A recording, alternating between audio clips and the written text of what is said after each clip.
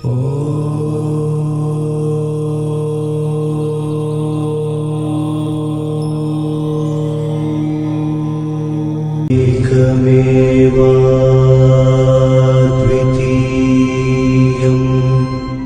ॐ नमः शिवाय, ॐ नमः शिवाय, ॐ नमः शिवाय, ॐ नमः शिवाय, ॐ नमः शिवाय, ॐ नमः शिवाय, ॐ नमः शिवाय, ॐ नमः शिवाय, ॐ नमः शिवाय, ॐ नमः शिवाय, ॐ नमः शिवाय, ॐ नमः शिवाय, ॐ नमः शिवाय, ॐ नमः शिवाय, ॐ नमः शिवाय, ॐ नमः शिवाय।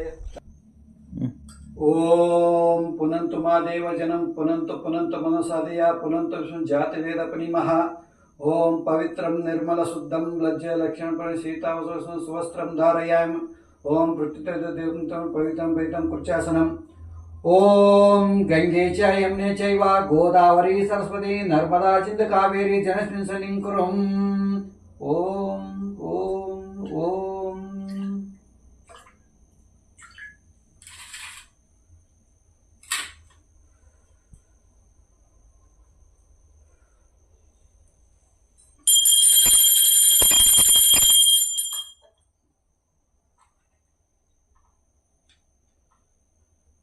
ओम ओम अपसर्पान्त ये भूत विघ्नकर्तरस्य नश्यन्तु शिवाग्नेया।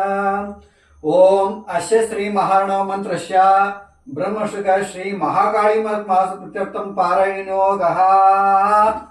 ओम ओम गायत्रोष्ट्रगणसंस श्री महाकाली मंत्र ऐं बीजाय नमः, ह्रीं शक्तये नमः, क्लीं कीलकाय नमः। ओम ऐं अंकुष्टभ्ये नमः, ओम ह्रीं तर्जय नमः, ओम क्लीं मते नमः, ओम कर्तकशभ्ये नमः। ओम ऐं नमः, ओम ऐं ह्रीं नमः, ओम क्लीं नमः, ओम चां नमः, ओम ऐं नमः, ओम डां नमः, ओम ऐं नमः, ओम ह्रीं नमः। ओम च नमः, ओम च नमः, ओम च नमः। ओम ऐं हृदयाय नमः, ओम ह्रीं शिरसः, ओम क्लीं चिकावशट्, ओम चामुण्डे कवचम्, ओम इच्छे नेत्रत्रय वशट्, ओम ऐं चामुण्डास्त्राय पट्।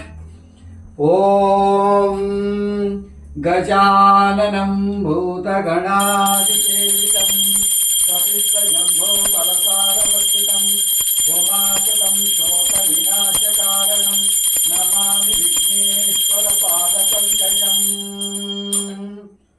ॐ ब्रह्मानन्दं परमसुखदं केवलज्ञानमूर्तिं द्वन्द्वातीतं गगनसदृशं तत्त्वमस्यादिलक्ष्यम् एकं नित्यं निर्मलवचनं सर्वाधिसाक्षिभूतं भावातीतं त्रिनावैतं सद्गुरुं नमामि। ओम आस्मकं साधुसंसारं समस्तमङ्गलप्राप्त्यर्थं नवग्रहदोषपीडपरिहार्थं शत्रुदपुण्यपुरुषार्थं सिद्धार्थं च श्री महाकाली महालक्ष्मी महादेवताप्रीत्यर्थं पारायणयोगः। ओम ओम आं स्वाम ओम आं स्वाम ओम आं स्वाम ओम ह्रीं चण्डिकाय नमः। श्री महाकाली मग्मास आवाहयामि, आवेदन्तु स्थापयामि, स्थापन सन्निधभवन्तु अपरितु व्याप्तवन्तु हृदो भवन्तु। ओम गंगा सरस्वती कारणं ओम तत्त्वशुद्धोदकं स्नापयामि पूजयामि। प्रफुल्लदुःखञ्च कामं भस्मीकृत्य ओम ह्रीं चण्डिकाय नमः। ओम ह्रीं चण्डिकाय भस्मं धारयामि, कुङ्कुमं धारयामि। ओम अक्षान् समर्पयामि। ओम सुगन्धि नानाविधपत्रपुष्पाणि समर्पयामि। ओम धूपं दीपं समर्पयामि।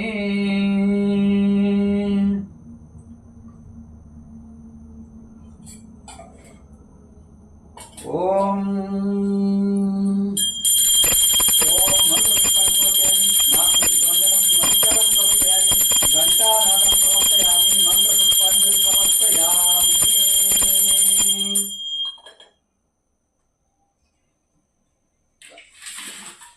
ತಾಯಿ ಜಗದಂಬ, ನನ್ನಿಂದ ಅಗಲ ಸಾವಿರಾರು ತಪ್ಪುಗಳು ಮಾಡಲ್ಪಡ್ತವೆ. ನಾನು ದಾಸಮಿತವೆಲ್ಲ ಕ್ಷಮಿಸು.